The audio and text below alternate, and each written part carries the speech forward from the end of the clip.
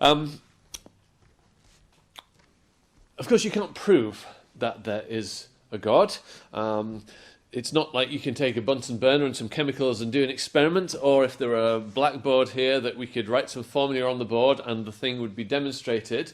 Faith is necessary to believe in God, and that's actually, the Bible says that that's actually the way that God wants it. He wants people to have a choice, to be able to look at the evidence and to make a decision on not only on his existence, but also on how they're going to how people will respond to him if they believe that he does exist, and how they will live their lives. So faith is necessary. So the next question then is, well, is it blind faith that is required? Is faith blind, arbitrary, ignorant, or just plain stupid?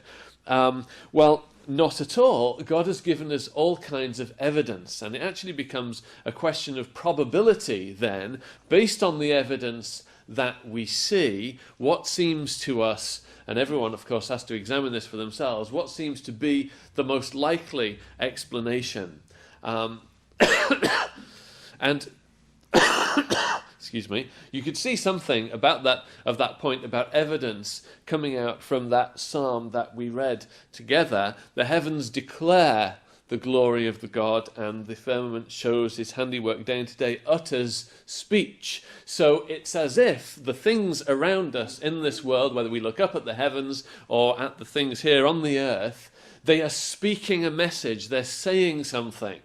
What are they saying? Are they saying to us that it's all a huge accident, and that nothing means anything and everything means nothing?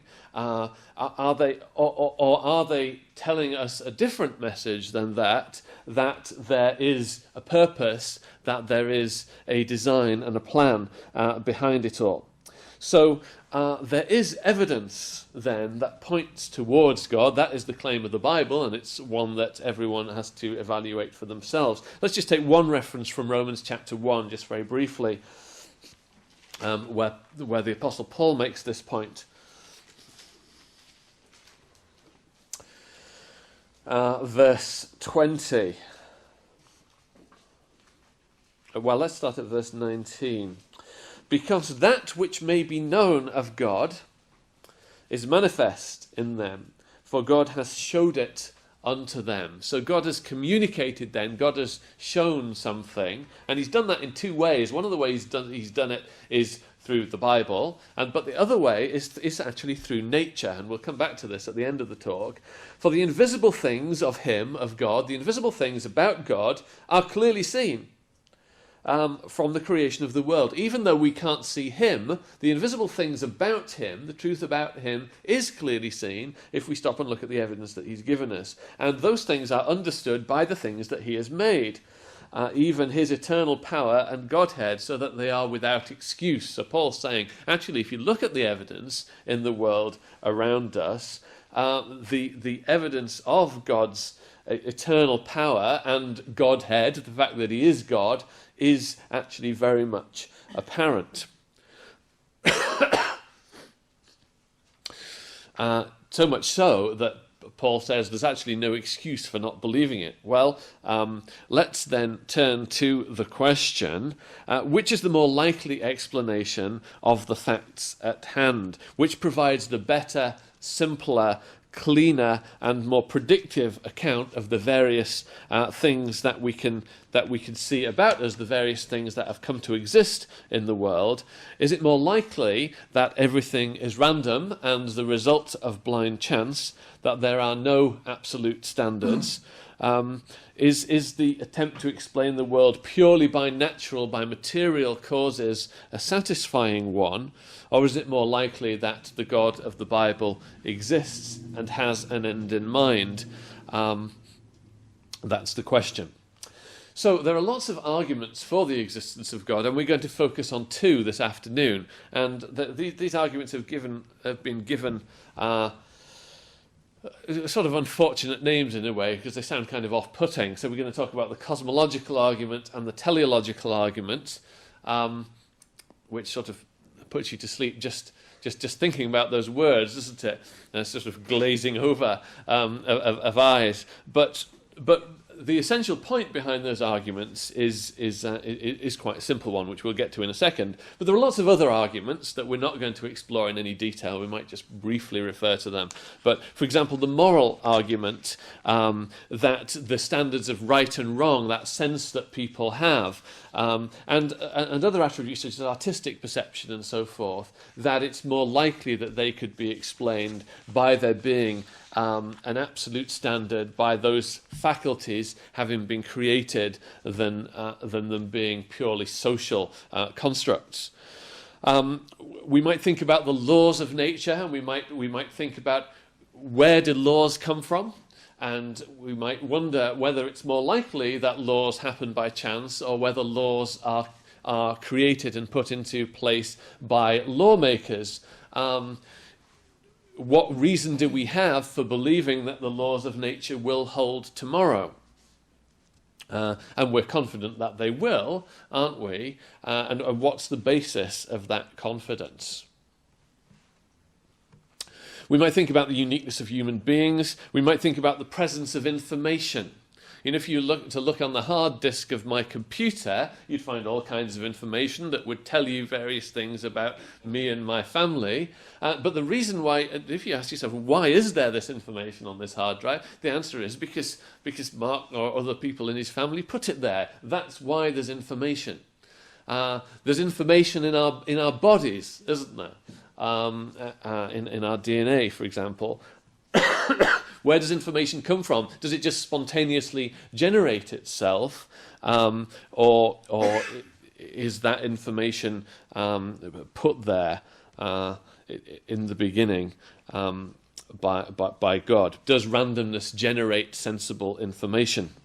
And then we might think about purpose and need. There is in human beings this sense of purpose, and often a sense of there must be more to life than this. Why should we feel that way? Could it be that it's because God has actually created us to feel a need for him? And again, there are Bible passages that seem to suggest that is the case. There are various human longings, aren't there? We long for food. We long to reproduce. These urges that we have, and they can all be met and satisfied by things that exist in the world. But there is also this longing for something more, this longing for transcendence. And of course, if you have an entirely materialist, natural account of the world, then you don't have anything that can fit that longing, that need. Whereas if you believe in God, it's perfectly logical why human beings should feel that way, that God has made us with a God-shaped hole, as it were, a need for him. And then, of course, there are arguments about the Bible. Where does the Bible come from, and what makes it so unique? That would be another line of argument for believing in God. So there's a whole host of arguments, but we're just going to focus on two. So first of all, the cosmological argument, and that unfortunate word comes from the word cosmos, which is the Greek word for world, and it says that there is a world here, and there's all kinds of interesting things in it, and where did that come from? And of course there is an account of biological evolution that is accepted by many people and is almost taken as standard now. In fact, we would argue that that case is very much only a theory, and it's been mistaken as being something that's proved. And in fact, there is a lot of evidence for the special creation of the Bible. But even if you were to accept that account of biological evolution, that only pushes the question one stage further back. So if you believe that we came from apes and then we go back and back and back to the primeval soup, then where did the soup come from, and where did the things come from that banged? In the Big Bang, what banged? Where did space and time come from? Where did everything come from? There is a universe to put things in, and even if we think we can explain the things, which is of itself a big question, where did you can regress back and back? What caused that? What caused that? What caused that? But ultimately, you get to a point. You just keep pushing the question back. Why is there a universe at all? Why is there a world? So evolution doesn't begin to explain why there should be matter in the first place, or a universe to put any of it in, a universe in which things might even evolve. So you never get to the original step. You just keep pushing the question back, the sufficient reason for the universe. So the cosmological argument says that in order to create the world, you need to have something outside the world which could have set it in motion in the beginning, a sufficient reason. So there's a glass of water here on the desk, and the reason why there is a glass of water is because there are certain chemical properties of glass and certain chemical properties of water. So that's a material explanation of why there is a glass of water here. That would be the material cause. But then we could say, well, where did the hydrogen and the oxygen and whatever the glass is made of, where did all that come from? And we could keep going back like that. But there is a material cause, isn't there, as to why there can be a glass of water.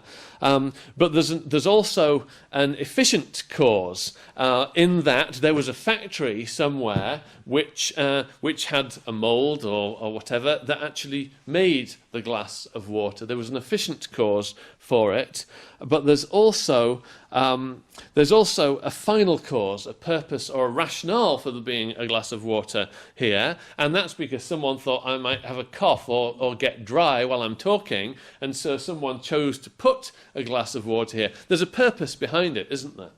The whole scientific... The glass of water is not here, does not exist at all, and is not actually here right now on this desk for no reason, or for any kind of random explanation. There is a cause for it. Every effect has a cause. The universe is the most and all the things in it is the most amazing cause. The most amazing effect that there could be, isn't it? What cause would have produced that effect?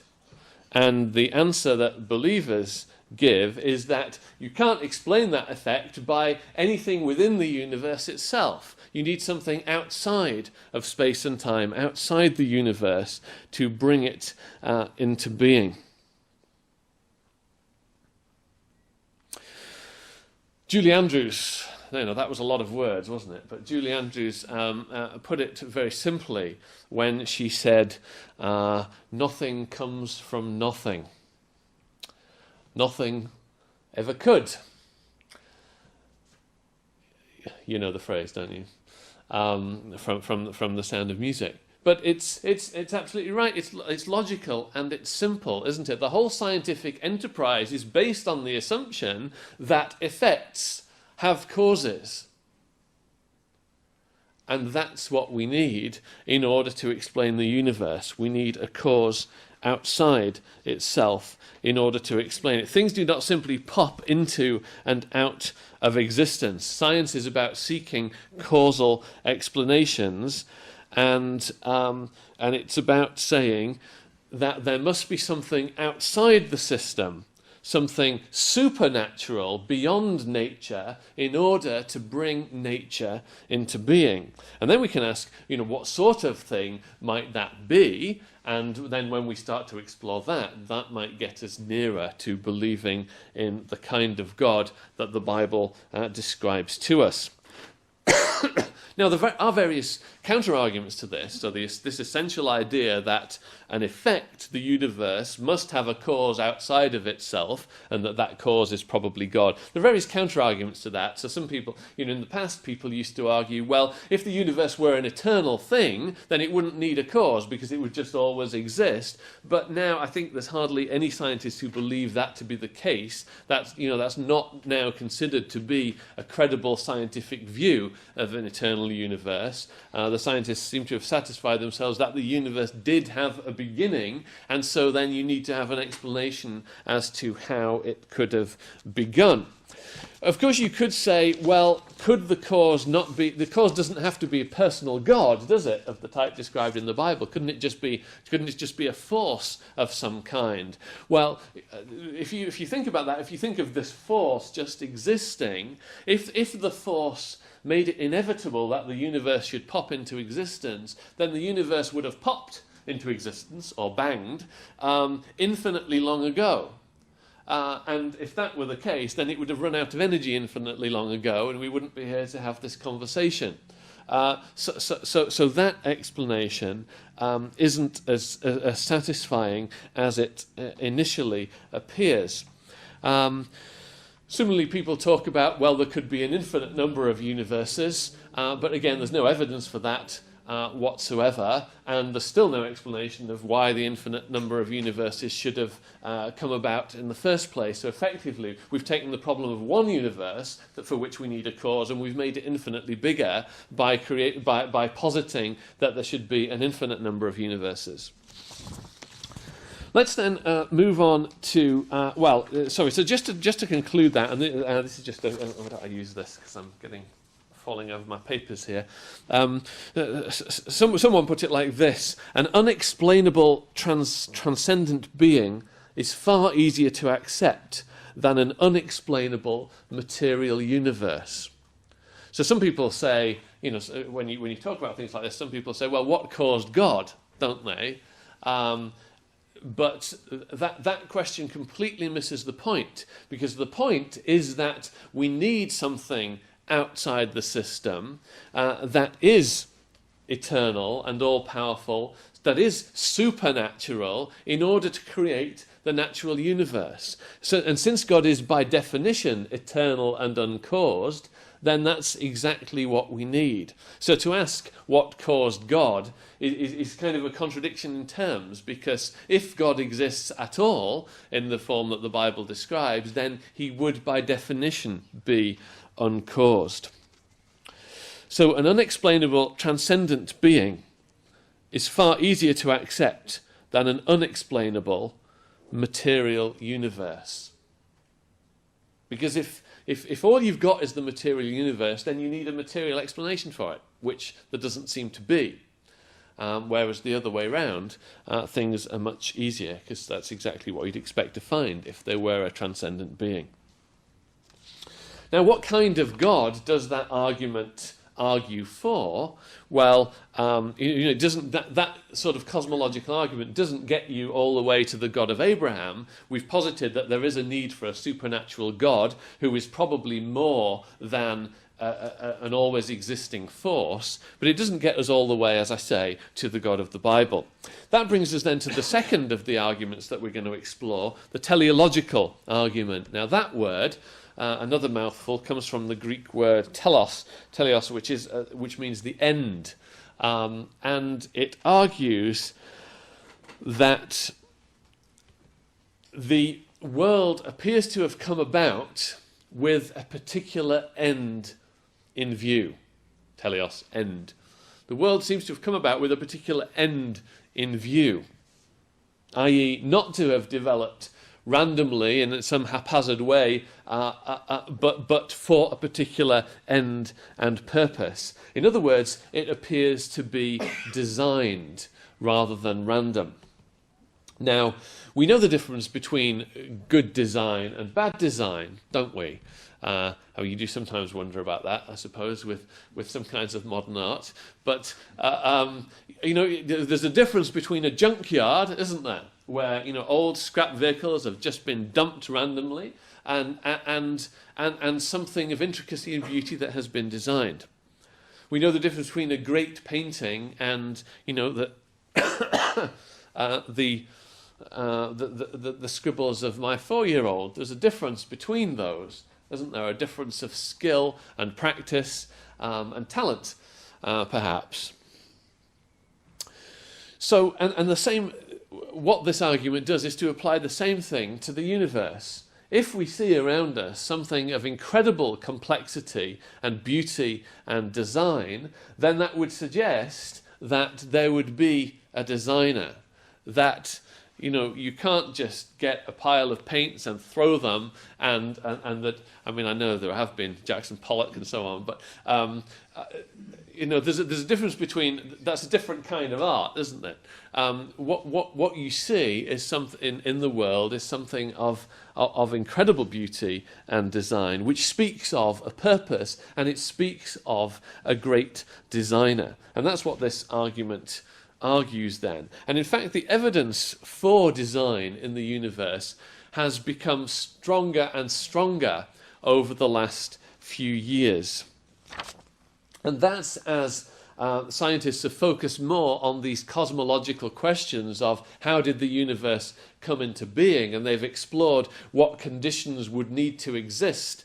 For example, in the Big Bang, if we accept that or if we take that as a model for the beginning, what sort of conditions would have to exist in order for the galaxies and the planets to form, and in order for life to be possible? And they've spoken about the Goldilocks universe, whereby things appear to be so accurately fine-tuned so that life should be possible, life of the kind that we experience. And the probability of those various constants that scientific constants that define the universe being exactly the way they are so that life can exist seems to be infinitesimally small.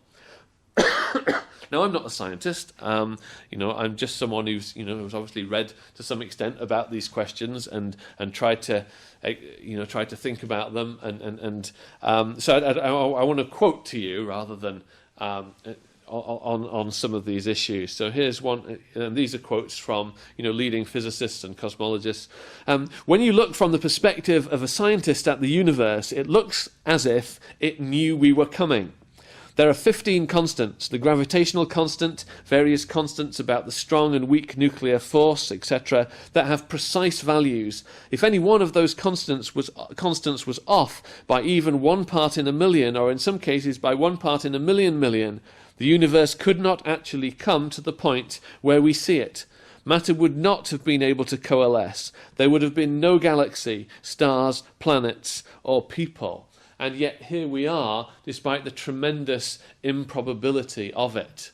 And again, there's the argument that, coming now into how things have developed in the universe, there's the argument that in order for things to develop, even if you accepted the accounts of evolution and so on, there simply isn't enough time for all those probabilities to work out and for life to exist in its current form. Similarly, these are a couple of quotes now from Stephen Hawking. The odds against a universe like ours emerging out of something like the Big Bang are enormous. I think there are clearly religious implications. Or again, it would be very difficult to explain why the universe would have begun in just this way, except as an act of a God who intended to create beings like us. Fascinating quote, that, isn't it? And focusing then, those quotes focusing on how many things have to be just so in order for the universe to exist at all. And perhaps just to give one more quote along those lines, just to take one of those constants as an illustration. An alteration in, say, the strength of the gravitational force by a mere 1 part in 10 to the 40 would be sufficient to throw out this numerical coincidence. In such a world, all stars would then be either blue giants or red dwarfs. Stars like the sun would not exist, nor, one might argue, would any form of life that depends on solar-type stars for its sustenance. And that 10 to the 40 is... that's 1 followed by 40 zeros, or in other words, 1 in 10,000 billion.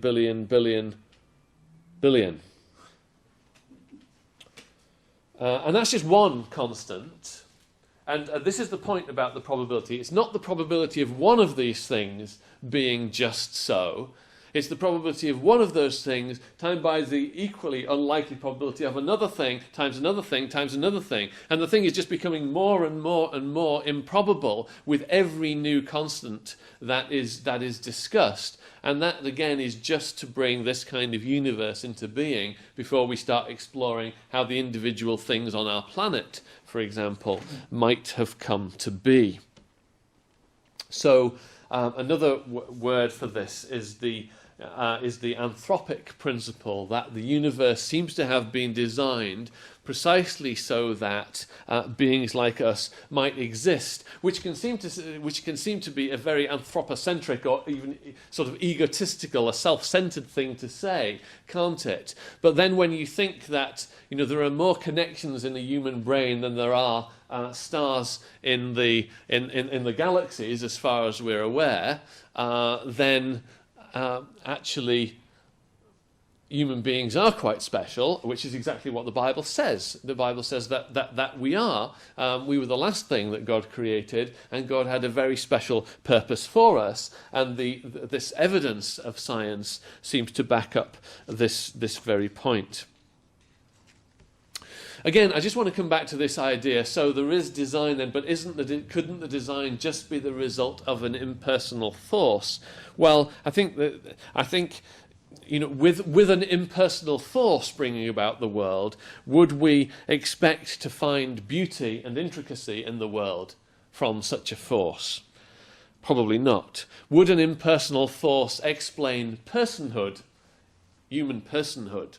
Or is it more likely that a being that itself had personhood, a supernatural being with personhood, would bring about a world in which personhood exists, in which there are persons? Would an impersonal force be a sufficient explanation for the origin of life and reproduction? Only a personal, atemporal cause can create a universe, it would seem, where space and time begin and where you find the sorts of things that we find in the world around us.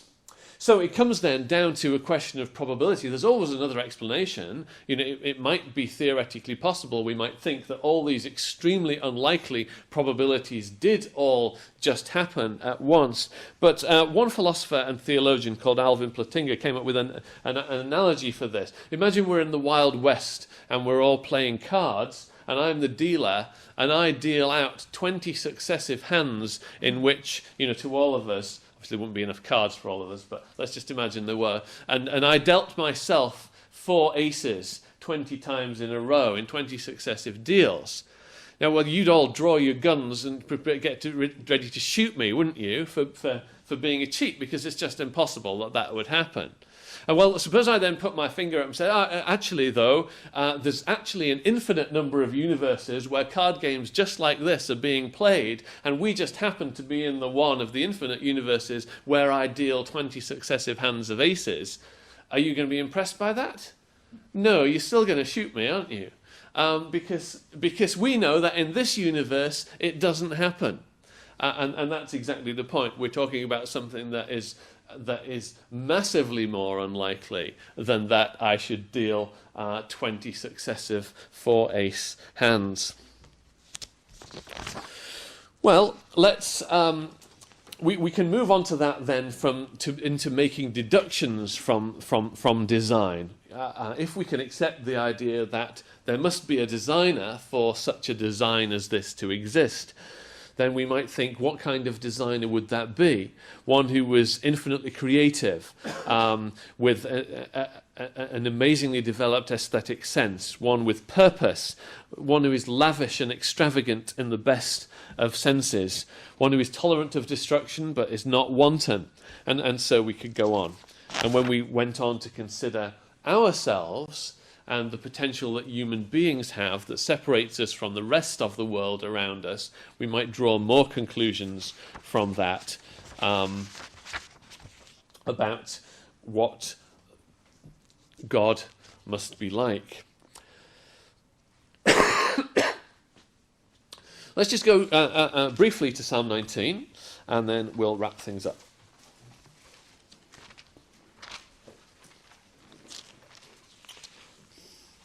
So what we've done is to think of some aspects of the things in the world, on earth in particular, and of the universe which contains them, and said, what kind of conclusions would we, or expectations might we have about how such a world could have come about, and who or what, and we've suggested that it's more likely that it would be a who, would have brought this into being, that we need this external supernatural cause with personhood to put information and laws into the world, and we've hopefully seen that there's some logic to that just from the starting point of looking at the world around us and seeing the evidence that there is.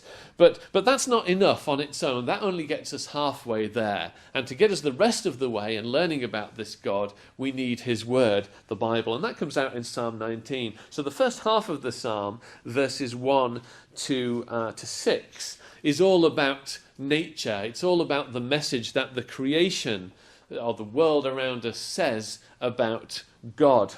The heavens declare the glory of God, and the firmament shows his handiwork, uttering that speech and praise to him.